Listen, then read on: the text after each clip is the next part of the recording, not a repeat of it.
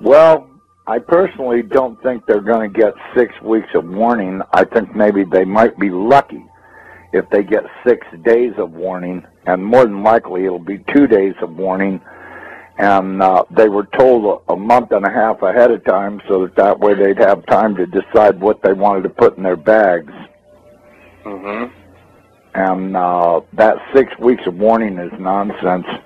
I mean, why would they give them 6 weeks of warning knowing that they'll blab the whole thing to everybody they ever knew prior to being packed up? I think they'll be lucky if they get 1 or 2 days of warning. They'll get called and say, it's time to go, and they'll have 15 minutes to get ready to head out. Yeah, well, that's what I'm saying. I mean, knowing how these guys operate, I don't believe that they'll get 2 days of warning. I mean, they might get 1 day or 6 hours or, a half day or 1 day or 2 days. I don't think they'll get more than 2 days. I mean, really, do you? I think they have a good idea what the trajectory of this thing is, but I think we're not really going to see it until it's right up on our ass. Well, I'll tell you what. That would be my guess, that we won't see it until it's on us. But I will tell you one thing. We'll have some really good warnings if everybody's looking up and paying attention. First off, they'll notice red dust on the windshield of their vehicles. And at first, it'll be light dust, indicating that it's 10, 15 hours away. If they notice that the dust is real noticeable on their windshield, they can bet that it's in less than 10 hours away. If they have heavy red dust on their windshields, it's only a matter of hours away, and they'd better immediately take cover because they're out of time. It's too late to decide to load this or that up.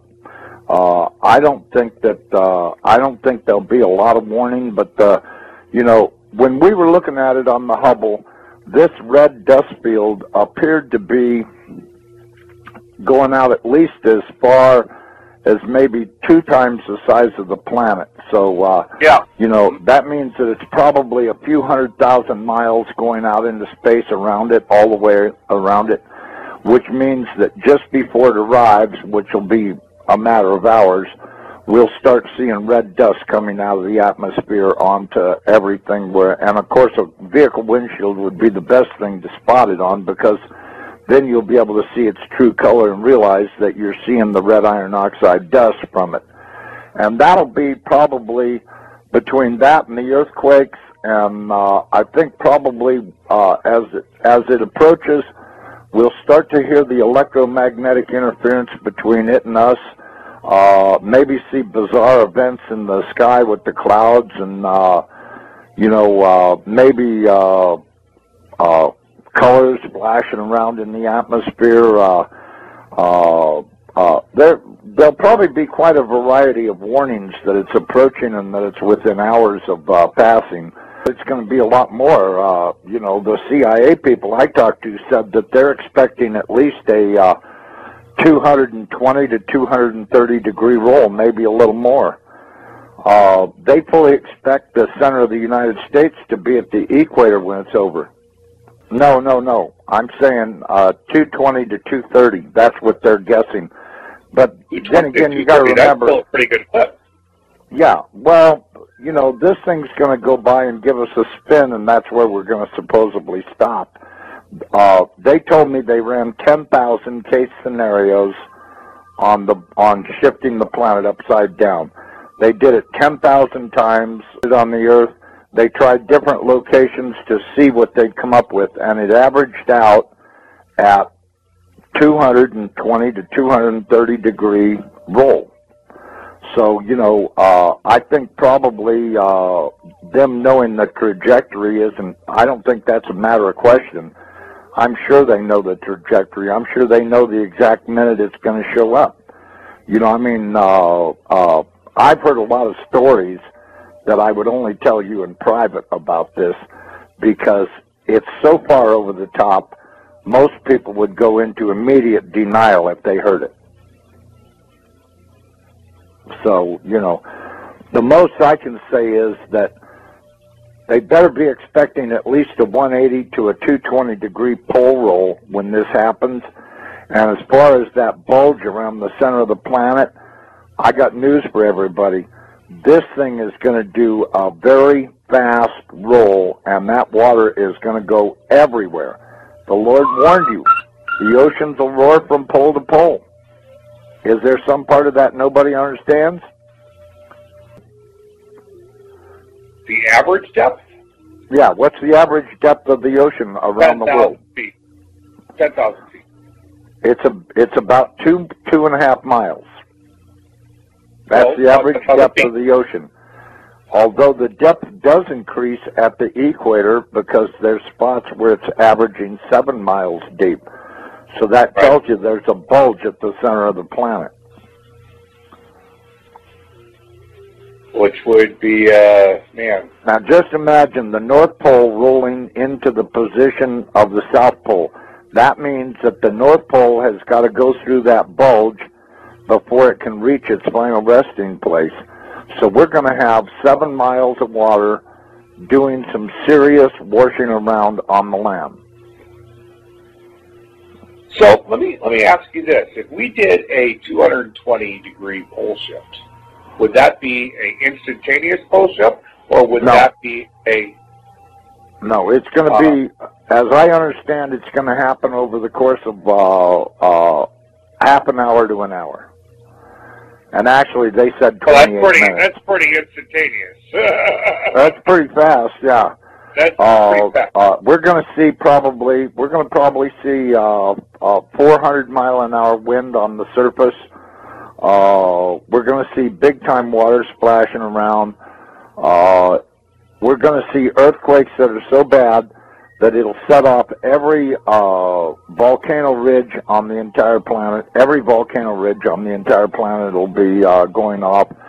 The tectonic plates will be being jerked apart by probably miles apart, as the surface of the earth will be like a bowl of jello. It'll be flexing around so hard that every tectonic plate everywhere on the planet will open. The volcanoes will be shaken so hard that they'll start erupting. It's going to be one horrific scenario after another. You're looking at hell on earth here. This ain't going to be no joke. This is going to really eliminate a lot of people because either they didn't know about it or they didn't believe, or whatever the case may be. It's going to be a real shame for them because I'll tell you,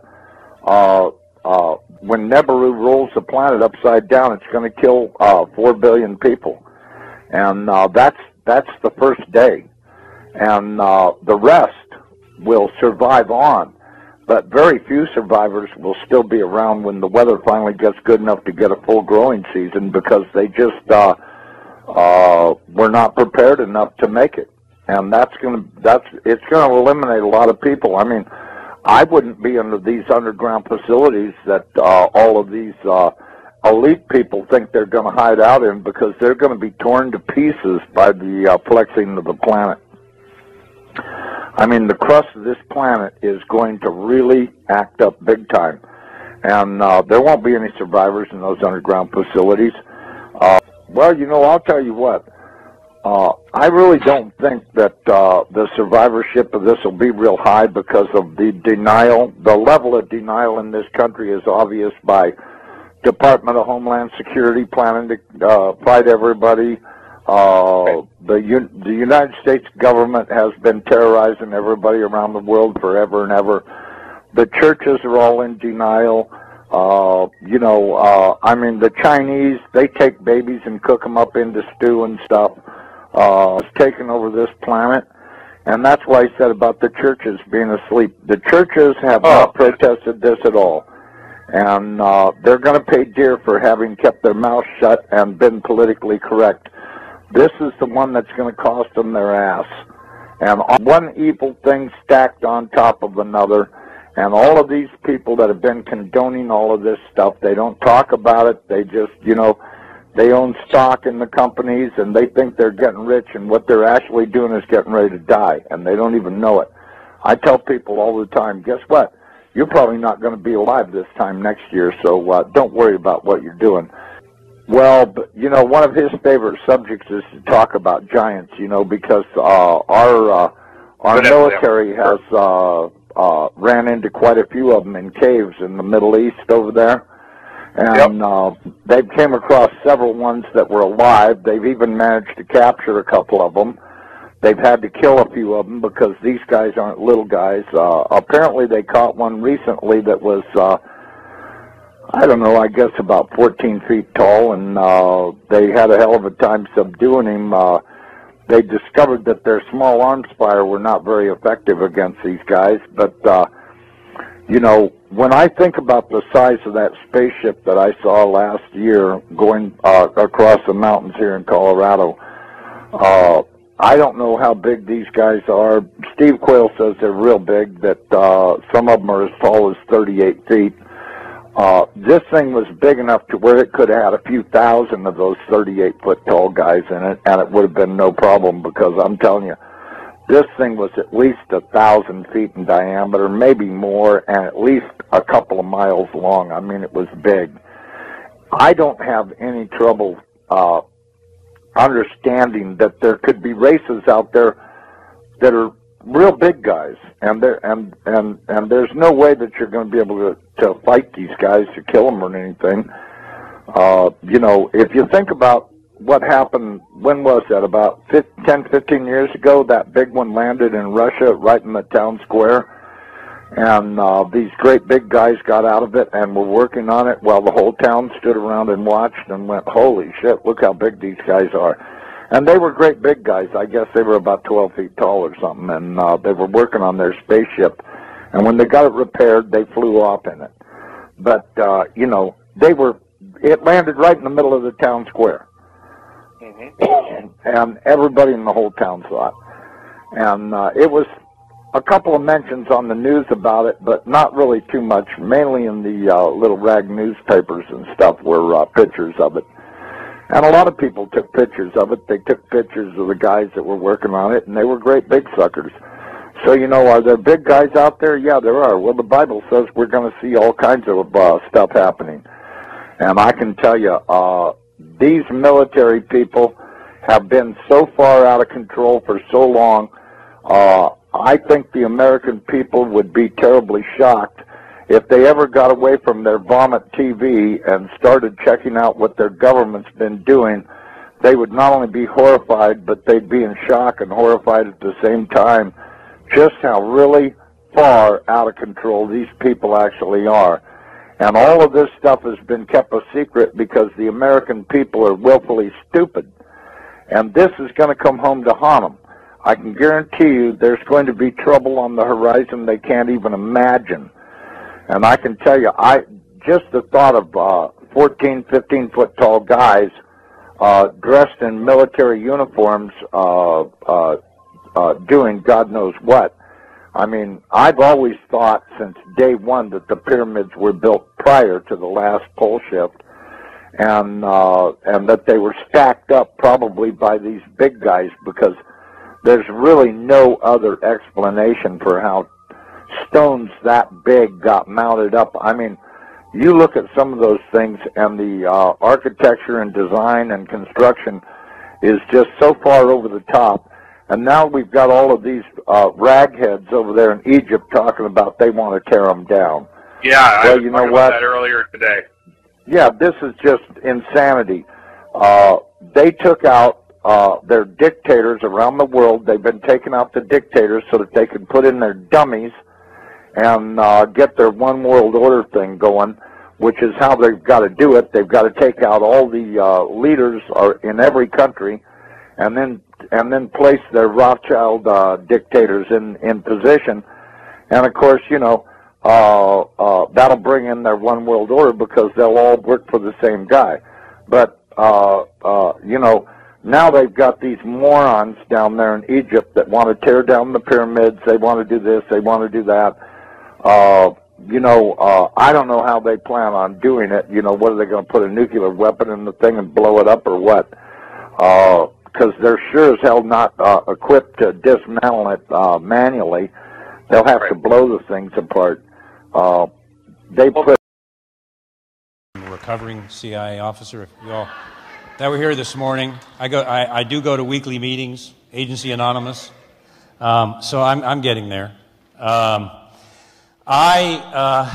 was a decorated CIA officer. That part of that is in the book, which we fought to get out. Initially, they told me I could never say I worked there. We fought them and we beat them on that one, and we got some things in the book eventually. I went on deadly assignments for my agency and my country. I loved my country. I was very dedicated to the agency. Some of those assignments, they told us we may not come back from. No problem. That's what we did. But the higher I got up in the agency, the more I began to see illegal, unconstitutional, sometimes criminal activity that the agency and some other sectors of the shadow government, I call it, were doing things that were illegal and unconstitutional. And I always have to say this: the United States Constitution is the supreme law of the land. It supersedes every other law in the U.S. criminal justice system and the judicial branch. That's worth remembering. When the U.S. government violates the Constitution, they are committing multiple felonies based on the foundation of our government. We must always remember that. So, as a federal agent, I had to swear an oath to the Constitution to defend the Constitution and our country against enemies, foreign and domestic. The problem was there were some that were domestic, and there were some that happened to be in our own government. So I had to make a decision. Was I going to uphold my oath to the Constitution, or was I going to shrink back? And for me, it was an easy choice. I chose to stand for the Constitution, and that's why I'm here this evening. We have to. If it's because we have been so busy with our lives, just trying to survive, that they've been able to get away with doing what they've done. This is a wake-up call. This is an alert. This whole conference and the one that's subsequently going to come after this is a wake-up call. It is almost too late to stop what is now a post-constitutional government. The people are no longer ruling in our country. The government, in a tyrannical form, is now ruling the people by subversion, force, and fear. Sadly, that's what we have today. The reason I am here is the question is always asked, where are the whistleblowers? If there is a covert geoengineering program, why aren't people coming out and blowing the whistle on it if it's so dangerous? The NSA surveillance program, if it wasn't for Edward Snowden, who both the Democratic and Republican Party have come out publicly and said they want him assassinated. If it wasn't for Edward Snowden, would we know about the NSA spying program that was collecting 1.5 billion pieces of information on you and me and our telephones and our internet communications, our emails? That's what they were doing, not on terrorists, on us. And they were storing it in the Utah data center, which is still there forever. So if there's something you do later on that they're not real happy with, they've got your emails, your text, your cell phone conversations, and everything's still stored in the database. And all that stuff, by the way, is still there on you, not on terrorists. Every single American citizen. So this is what we have here. We have a government that is functioning outside the Constitution. This is the size of the secret government. I call it the shadow government. There are some people call it the deep state. Take your pick. Same thing. We've got the CIA, functions covert programs. They're probably the most out of control because their charter is so loose. The IRS has covert programs. FBI, Department of Defense, Department of Homeland Security, Department of State, Department of Justice, the NSA, and I have added the National Weather Service and NOAA, because as Dane, I think, told you, the National Weather Service and NOAA are now binding their employees with secrecy agreements so they cannot talk without penalty of prison about some of these climate programs that they're doing. That's called a red flag. That's what we're facing. Here is the first whistleblower, John F. Kennedy. The very word secrecy is repugnant in a free and open society. One of the greatest speeches ever given in terms of the Constitution. And there is a very grave danger that an announced need for increased security will be seized upon by those anxious to expand its meaning to the very limits of official censorship and concealment. That was a prophetic message by John F. Kennedy, April 27, 1961. We all know what happened to him in 1963, don't we? They had identified, John F. Kennedy and Robert had identified mafia connections within the CIA. There was an assassination program. They engaged in the Bay of Pigs without his knowledge. He had come out publicly and said he was going to break the CIA into 1,000 pieces and dismantle it. And then in 1963, we saw what happened. 9/11, we don't have time to go into that. I just want to say this. I teach criminal investigations at a university. 9/11 was immediately labeled a terrorist event, and there was a reason for that. When you label it a terrorist event, it stops any sort of criminal investigation right in its tracks. If they would have done a criminal investigation of 9/11, it would have uncovered things that would have painted a whole different picture about why those buildings came down. I would encourage you to, architects and engineers for truth have done an outstanding video about Tower 7. Tower 7 was not hit by a plane, and it came down under controlled definition. Now, I'm a former CIA analyst, and I'm saying that based on a whole lot of research. That was not done by a plane. And just finally, when the towers came down, hundreds of tons of metal, steel, marble, and concrete turned to dust before it hit the ground. So much so that there was almost no seismic activity when the buildings hit the ground. It was all dust. You can see steel girders as they come down, if any of you seen that, literally vaporize and turn to dust as they fall down. That is not natural. All we're going to say there. I recommend you look into a criminal investigation of 9/11 and get past the terrorist narrative, which has been a favorite one for decades. Where are the whistleblowers? I come from the belly of the beast. I was an interviewer, interrogator. I was a counterintelligence agent. I was a polygraph examiner. I was an internal investigator, and I was on and on and on. And so I know this system, and I know it well, and then I experienced it personally. Why don't people come out in these secret programs that they know are illegal and unconstitutional? Why don't they come out and blow the whistle and tell people what's going on? Well, this is why. The U.S. government, every secret operational program that it has, forces the employee or coerces the employee, the person, into signing what is called a secrecy agreement, non-disclosure agreement. Now, back in the original days, the secrecy agreement was created to protect legitimate sources and methods, military technology and things like that. That was okay. That was fine. The secrecy agreement protected us when we went out on the field, because if they found out who we were, we wouldn't just be killed, we would have been tortured. So it protected our identities, protects the identities of troops in the field doing movements out during wartime. That's how it started. But it's been taken and it's been turned into a monster where the secrecy agreement is now being used as the ultimate tool of intimidation. Every employee that gets a job and obtains knowledge of these covert programs, the Air Force geoengineering program, in my opinion, has to sign this agreement. What the agreement says is, if you disclose anything that you know about this program, you can be terminated or you can force criminal penalties. In other words, you can be put in prison. Good friend, we hope will be speaking at our next event, was put in prison by the CIA for 2 years. That he exposed the torture program, which was a lot more than waterboarding, folks. As a matter of fact, they got almost nothing out of waterboarding. People died. It was bad. Anyway, he came out publicly talked about the torture program, made one mistake, one wrong word. They convicted him, John Kirikow, and they put him in prison for 2 years. Modern-day hero.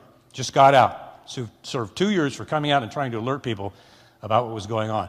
I was talking to somebody in the back. I have to watch every single word I say because they are just waiting for one thing. And so it's a constant screen. You don't want to give them any ammunition to put in their gun.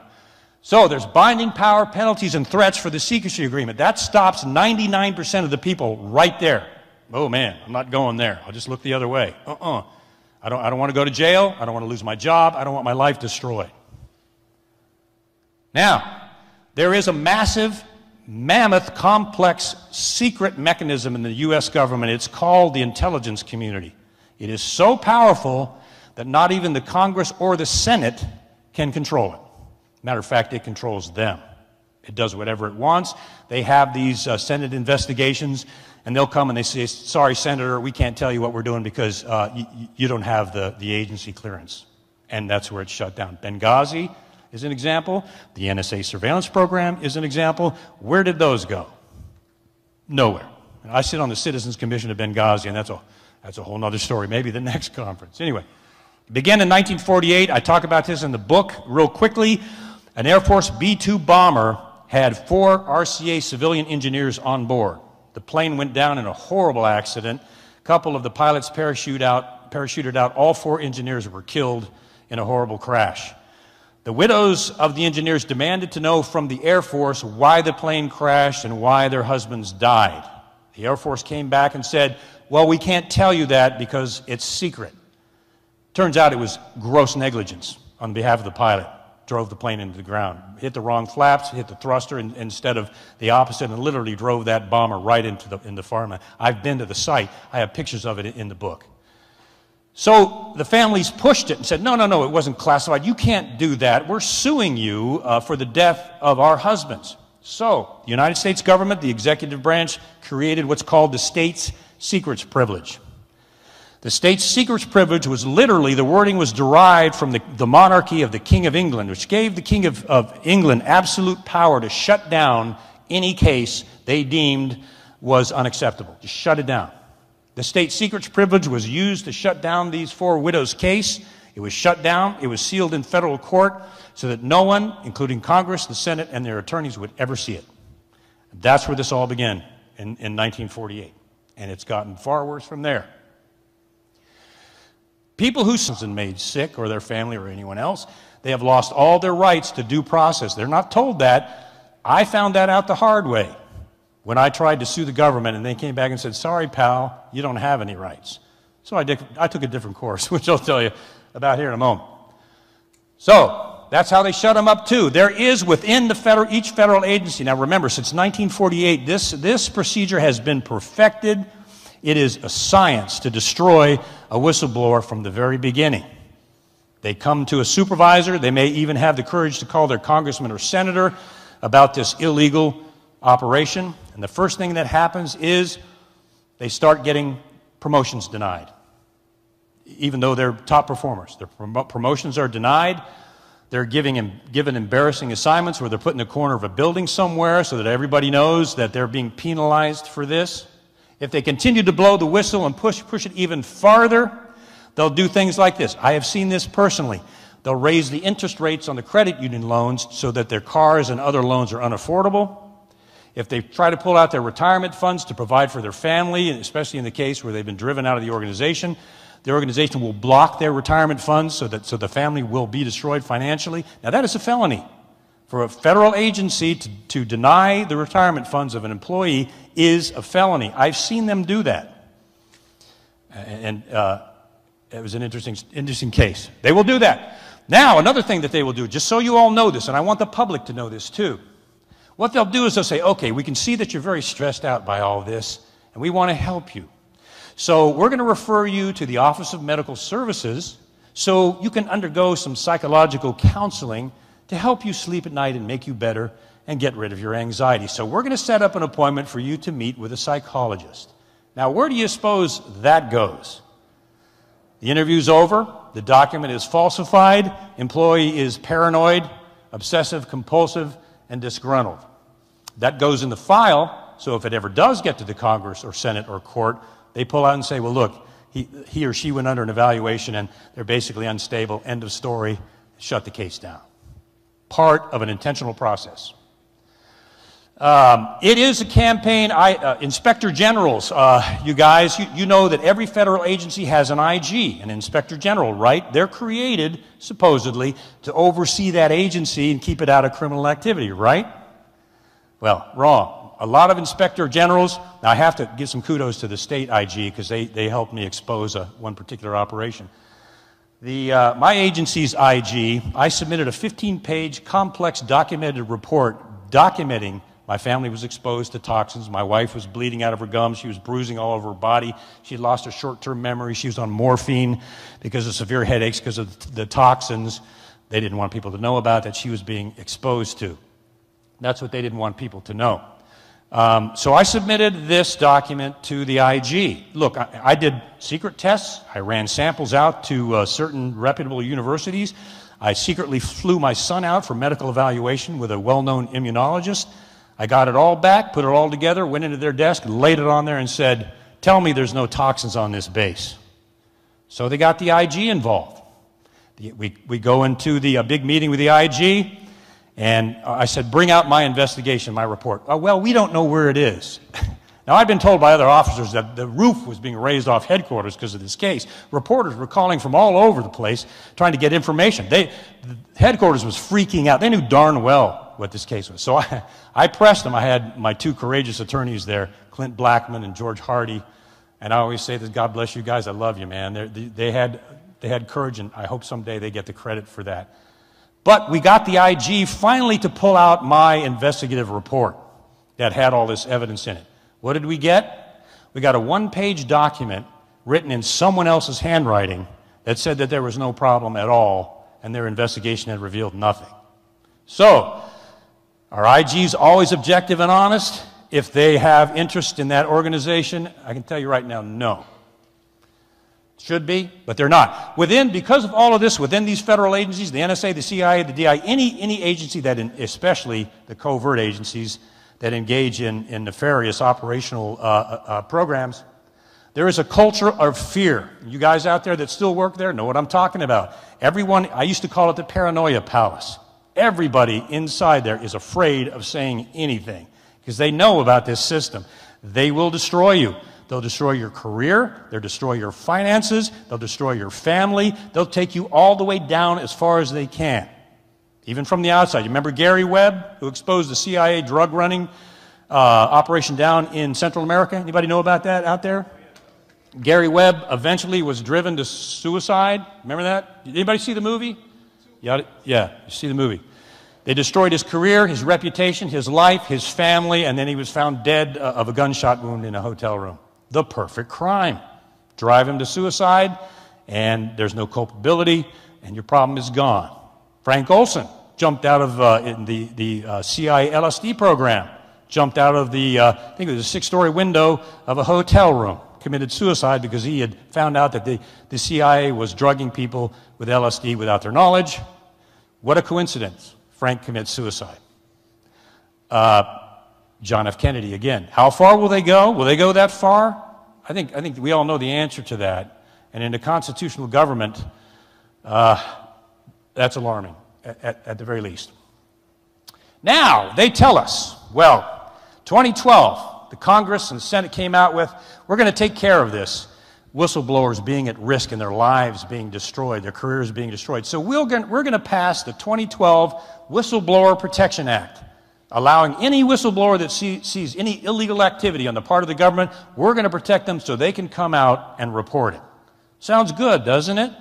Sounds like a good thing. What they don't tell you is if you read down through the act, anybody that has signed a secrecy agreement, is involved in any covert government program, or handles anything classified, is not covered by the Whistleblower Protection Act. They have no protection. They are 100% at risk. And there are some that have come out thinking they were protected by this, and they were not. And they were penalized. That's the whole idea. I talked about the state secrets privilege. These cases are sealed, and no one can see them forever once they're sealed in court. And this was kind of the most disconcerting for me. There are certain major newspapers, of which if I mentioned their name, you would know them. These are national papers that are communicating and directly connected, in this case, to the CIA and in some cases to the NSA. So, if a whistleblower decides, I'm freedom of the press, man, I'm going to the press and I'm going to report to the press this illegal stuff that I've seen. So they call up XYZ national newspaper, and if you do enough checking, you'll find out who that is. I want to tell you my story. I want to tell you what I've seen. In this case, the reporter got right on the phone, contacted the CIA, and told them what this person had just reported for the story. That has been done several times with this paper. They communicate with the CIA regularly regarding what they're going to publish and what they're not going to publish. Chilling. I call this massive structure the shadow government. Another fellow calls it the deep state. Take your pick. But I want to show you how massive this secret government is. Now, this is since 9/11. I can tell you a lot of this was pre-existing 9/11. Most people think that the NSA surveillance program was a result of 9/11. Isn't that what you've been told? The NSA surveillance program existed before 9/11 happened. That's what they're not telling you. 1,271 government organizations involved in secrecy within the United States. 1,931 private companies, large private companies, involved in secrecy in the United States, bound by the secrecy agreement. 10,000 intelligence locations across the United States. Did you get that? 10,000 secret locations, not overseas, not in China, not in Indonesia, not inside the United States. Now, the CIA legally is only supposed to have a foreign charter. Anybody know that? It was forbidden from having any operations within the United States. That was its restraint. That restraint is now gone. 10,000 locations, 4.8 million Americans, and that's just the ones we know of, hold government security clearances and are bound by and threatened by the secrecy agreement to stay silent. Now, the figure's a lot bigger than that, but that's a lot of people and their families and everybody that they're connected to. Do you think they're going to speak up if it means total destruction? Probably not. 854,000 people hold top secret security clearances, which has severe penalties, and there's compartments above that, some of which I had, that have even stricter penalties. But that is the number of people that have top secret security clearances, where they've got the keys to the kingdom, essentially. Each one of these agencies employs the secrecy agreement as a binding tool. Now, it used to be to protect legitimate classified information. It has morphed into a threat. Why do they have to bind people like that? I am a huge proponent of the truth, and I am really, really up against secrecy in a constitutional government unless it's absolutely necessary. Why would the National Weather Service make a weather program secret and make people sign a non-disclosure form? You got to ask that question. The military-industrial complex, tens of thousands of government contractors. The government comes, for example, most people don't know this, the CIA has a technical firm it's created called In-Q-Tel. In-Q-Tel offered, I think it was a $5 million contract to Google. Now, what they do is they come to these companies and they say, hey, we'll give you a contract for $5 million, $20 million, and most companies are thirsty and they're out trying to get contracts to survive. So they'll say, oh, but we'll take the contract. Google took the contract, $5 million contract. They are now joined with the CIA in Q-Tel. What are they doing? They're doing research on trends on the internet and Facebook. They're monitoring the internet is what they're doing. Let me just break that down for you. Now, do you think any of the Google executives can talk about the program? Do you think maybe they made them sign an agreement before they got the $5 million? Yeah. Why don't you hear anything about that? Why isn't Google saying anything about that? Well, that's why. Employees at every level. If you've got big-time Beltway bandit government contractor X that gets a covert agency contract, they are bound to sign the secrecy agreement, and every employee at every level on that contract has to sign the agreement. Secretaries, logistics people, of course the CEOs, people that run the copy machines, all bound by the secrecy agreement. Thousands and thousands of people. You see the number of people that are bound by the government out there? Are you kind of getting that picture? It's a lot, and that's just the ones that we know of. Here's a good quote. The top secret world of government created in response to the terrorist attacks of September 11, 2001 has become so large, so unwieldy, and so secretive that no one knows how much money it costs, how many people it employs, how many programs exist within it, or exactly how many agencies do the same work. And then I italicized the next one. Not even Congress knows the size and the extent of this intelligence secret apparatus. That's why I call it the shadow government. They don't even know how big it is. They don't even know a lot of things that the CIA, especially, and others are even engaged in overseas. Syria is a prime example. This is a separate secret government that operates, and this is the part that really gets to me, it operates outside the Constitution. We are now in a post-constitutional government. It's over as far as the Constitution goes. That's why I'm here. Some of us want to bring that back. And the only way to do it is to stand up against this.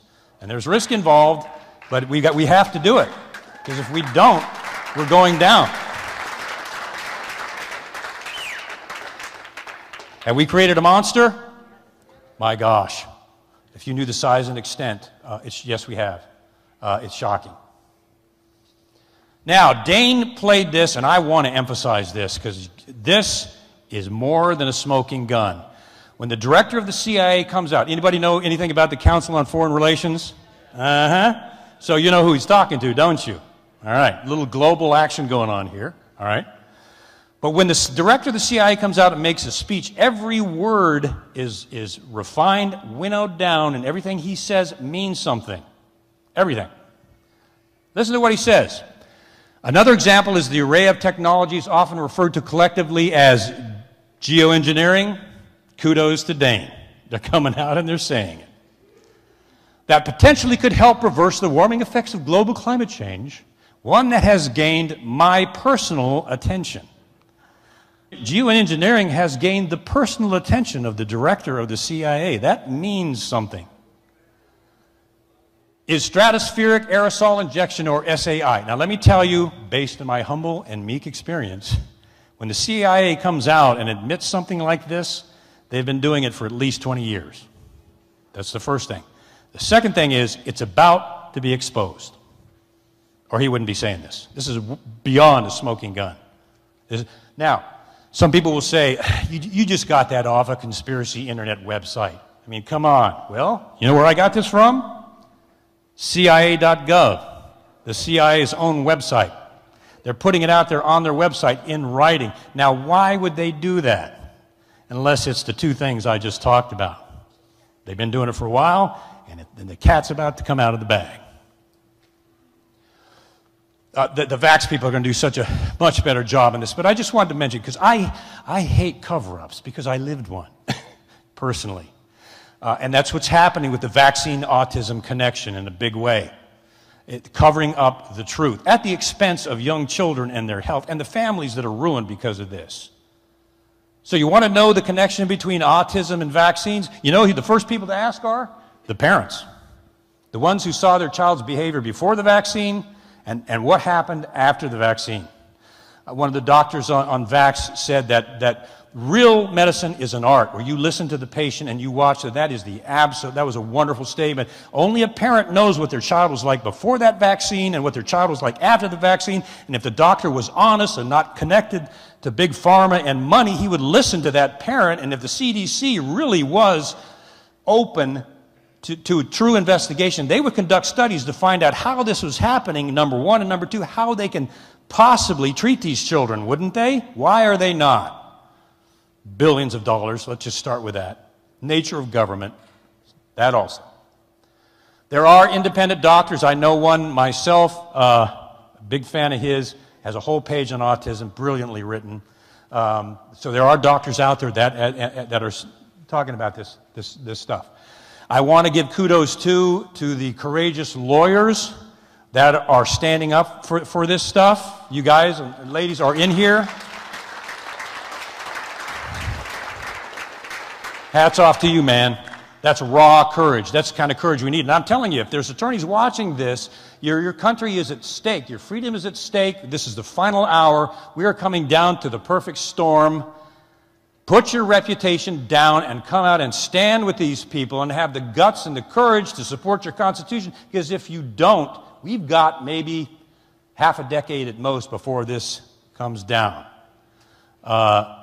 So thank you to the attorneys for that. That is true courage. The Vax people will talk about this. The CDC insider that is going to be talking about some of these things. There are some people still out there that have courage. That's what we need today, is that kind of courage. The age of cowardice in the United States, and being caught up in your pension, and being caught up in how much you make, and your next promotion, and your granite countertops, and all of that, those days are gone. We're on the precipice of big danger environmentally and economically. The dollar will collapse. Okay, so what do? I saw this happen to me personally. My wife, and especially my oldest son, were almost terminal. They covered it up. They told me I could never say I worked for the CIA. They told them they could never tell anybody about their case because of the state secrets privilege. What do you do in a case like that? Well, There's only one thing to do. You write an expose. So I wrote From the Company of Shadows. Not for self-glorification, trust me. There was none of it in that. It was one heck of a battle. When the book was written, I'll show you an excerpt. This is one of the excerpts from the book, one of the pages of many. There is nothing classified in this excerpt at all. Nothing.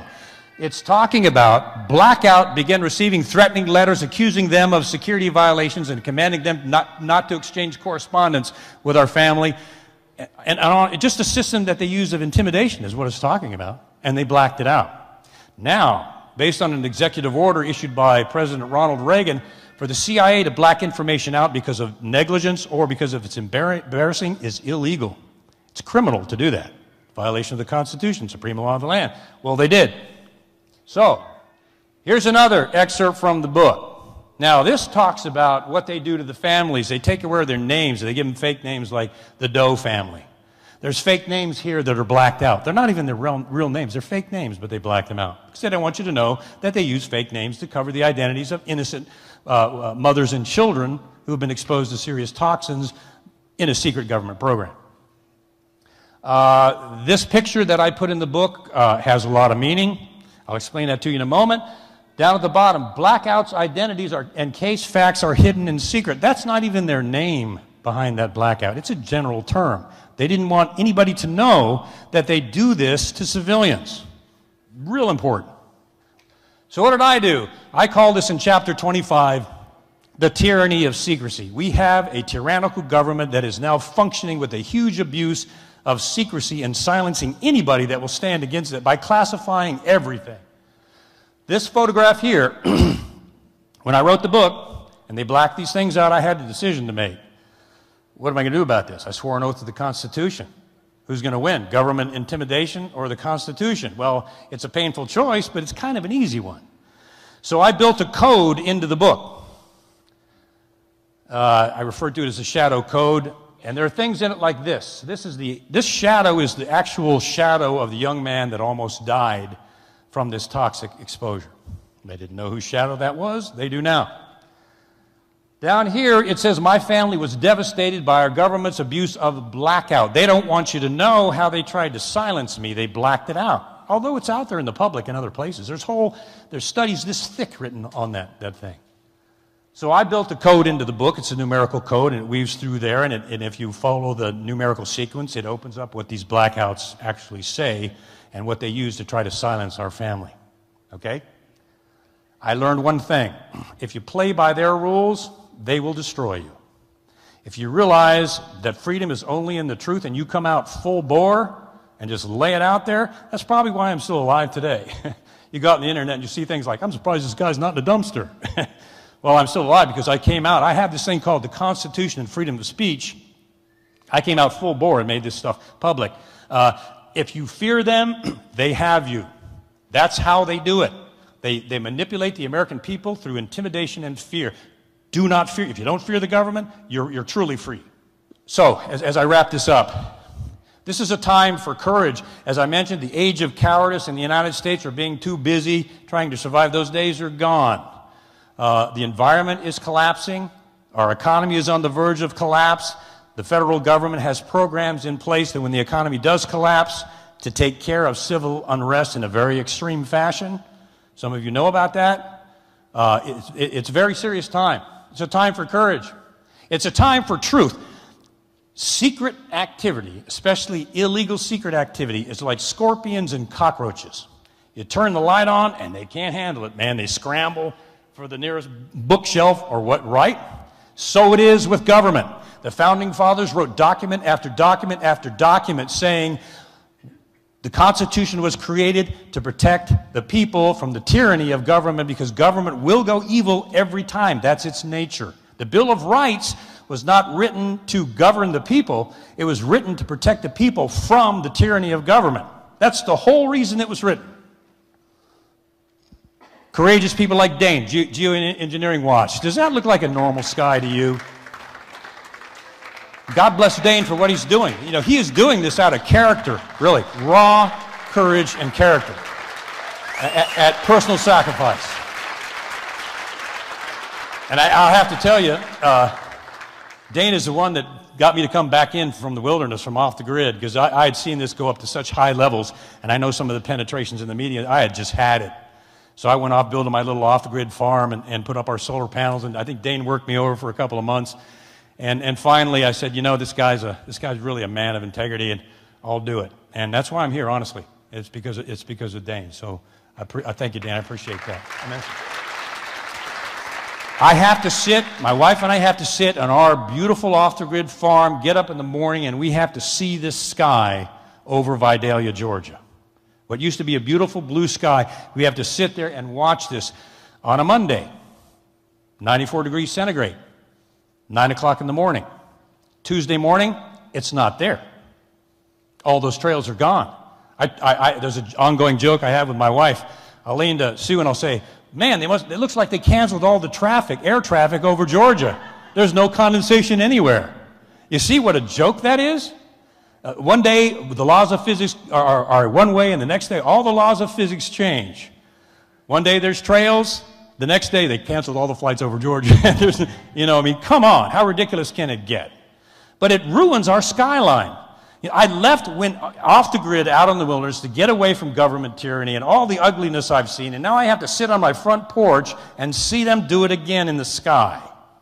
We have got to bring the truth in about autism. There are kids suffering. It is now, by all scientists read, it is an epidemic, exponential epidemic. This is so serious. We've got to stop accepting the intimidation, the career destruction, the attacks on reputation, and I've got to give the vax people, I love people that have the guts and the courage to take the heat that the establishment is throwing at them and keep going anyway. Call me what you want, pal. I'm going to keep going, and nothing's going to stop me. That's what they're doing.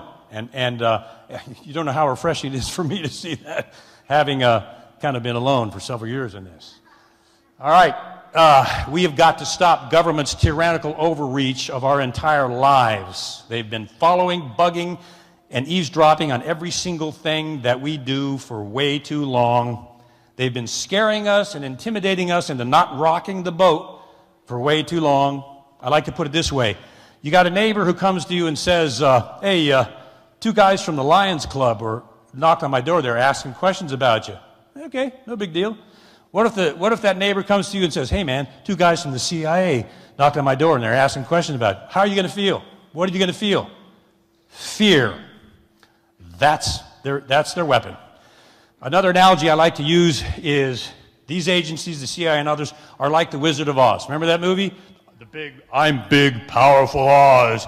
Lightning bolts shooting out of us. You will not mess with me or you will be destroyed. And then the dog pulls the curtain away and there's this little tiny guy in there working the levers. That's our government. They want us to be scared of them with this big, mean face, but they're a bunch of little tiny bureaucrats pulling levers trying to make you afraid of them, and that's how they do it. What do we have? What do we need to bring back is this. We, the people, are supposed to run our government, not the other way around. They are supposed to work for us, not us for them. And the only thing that's going to change this is courage. People like many of you out there that are standing up and saying, enough is enough, not anymore, not my country, you don't, not my Constitution, you don't. I want to leave you with one final thought. Please remember this, because this is what it all comes down to. I learned this personally. As long as I feared them covering up this case, not only were they winning, they were breaking into my house, they were drugging my dog, they were painting chemicals on the ceiling. But once I decided I'm not going to be afraid of you anymore, I'm coming out full bore, and I'm coming out against you full bore all the way, that's when things started to work on our side. And that's when we started to win, and that's how we got the book out. When I made that decision, I will not fear you, the last thing I told them was this, and then I'll put this quote up. Last thing I said to them, I said, the same courage that made me a good CIA officer here with you is the same courage that is enabling me to stand up against you now. And that's the last thing I told them before I walked out the door. And they know it. So I want you to remember this as I close. When people fear their government, there is tyranny. When the government fears the people, when they fear you, there's liberty.